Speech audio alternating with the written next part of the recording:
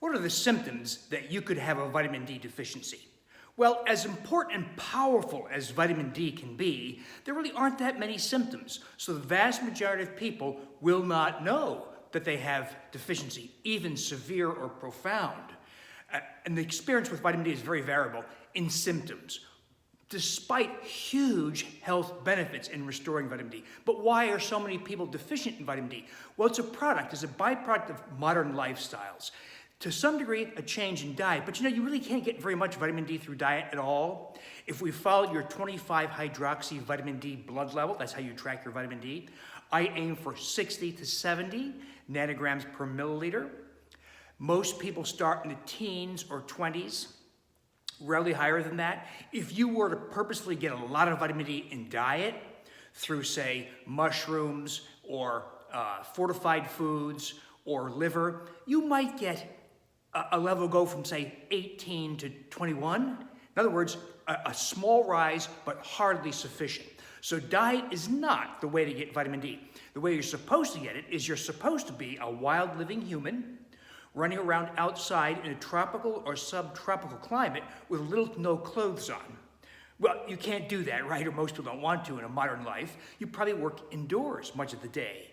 You wear lots of clothes that cover much of your body surface area. And factor into this the fact that people progressively lose the ability to activate vitamin D in the skin upon sun exposure as we get older. And it becomes very marked over age 40. So could even vitamin D deficiency be nature's way of pushing us who are beyond reproductive age out the door? Because the consequences of vitamin D deficiency are so profound. But anyway, back to the symptoms of vitamin D deficiency. So one common symptom is low mood or even outright depression, especially depression or low moods that come with seasons like winter when the days get short and there's a lot of darkness. You can have year-round depression or summertime depression as well, but it's more common to have seasonal affective disorder or seasonal blues. That's a very common effect. Bone pain, because when you have insufficient vitamin D, your body is resorbing the calcium in your bones, and you can get pain in your big bones like your femur or your pelvis or in your sternum right here in the chest. So bone pain, not a good sign. It means you're resorbing calcium from your bones, not a good thing. Over time it leads to osteoporosis, osteopenia, weak bones and fractures. A decrease in strength, muscle strength. You know who knew this? Years ago, the Russians figured this out, that the lack of vitamin D impaired the performance of their Olympic athletes. So they started supplementing high-dose vitamin D in their athletes and watched year-round improved performance. And that's because there's a loss of strength when you're vitamin D deficient. So loss of strength or feeling weak can be a sign of vitamin D deficiency.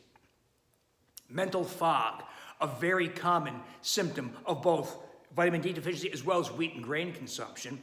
And I've seen very dramatic turnarounds in mental fog, people who are struggling at work, at school, struggling to concentrate and get their jobs done, markedly improve with vitamin D, and even better when you combine it with wheat and grain elimination.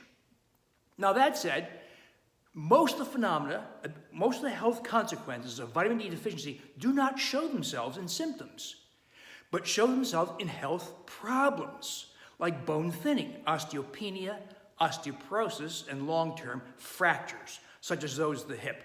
So very serious consequences. And you'll see that reflected in people who have vitamin D deficiency, not only as a low 25-hydroxy vitamin D blood level, but also sometimes high parathyroid hormone levels. The pituitary releases that PTH hormone to mobilize calcium to preserve the very crucial blood calcium level. But your bones pay the price. When PTH is high, you're reabsorbing calcium from your bones that leads to bone thinning. Heart disease. You know, I really learned the power of vitamin D in heart disease when years ago I was taking people and their coronary calcium scores. That's the value you get from a CT heart scan. So someone would have a score of, say, 500. If you did nothing, the score would go up 25% per year. So 625, 650, something like that. And then on and on and on. If that is allowed to continue, that person will have a heart attack or die within a few years. Well, if you give that person Lipitor, aspirin, low-fat diet, score goes up 25% per year. Zero effect. So I had to figure out a way to put a stop to these rising scores. When I added vitamin D, as well as some other strategies, that's the first time I saw scores do this. A score of 700 can drop to 400 or 500 or 330. It was the first time I saw consistent drops in heart scan scores, dramatic. And you could see plaque on the heart scan images. You could see it shrink.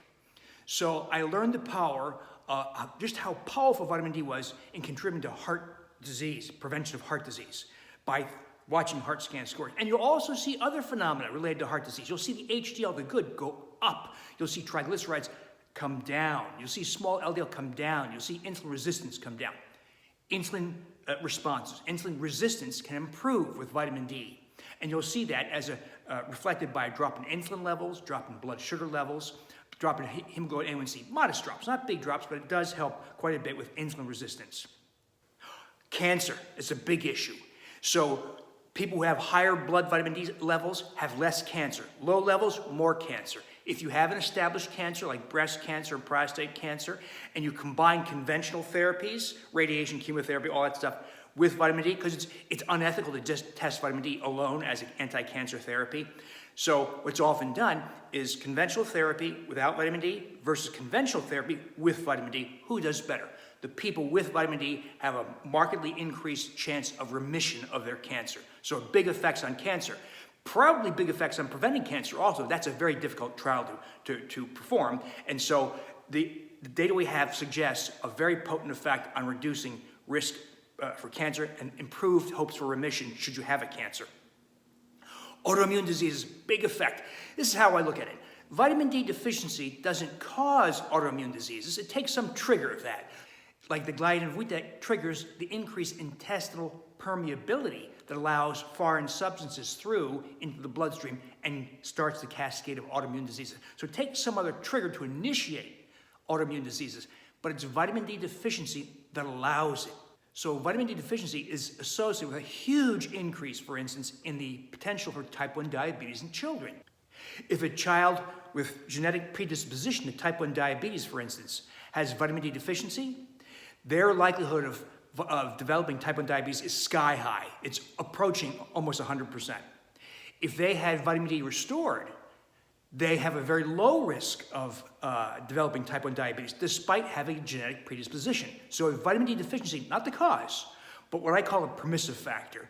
It allows the emergence of an autoimmune condition if something else triggers it. So vitamin D is at the top of the list, along with wheat and grain elimination and cultivation of the microbiome and some other strategies that we put to work in the Wheat Belly and the Undoctored program. So if you want to know more about these full programs, I invite you to subscribe to my YouTube channel or go to my Wheat Belly blog or Wheat Belly books or my Undoctored blog, Undoctored books, and you'll find the entire program laid out here. But at the very least, pay attention to vitamin D. It's one of the most important things you can do for your overall health.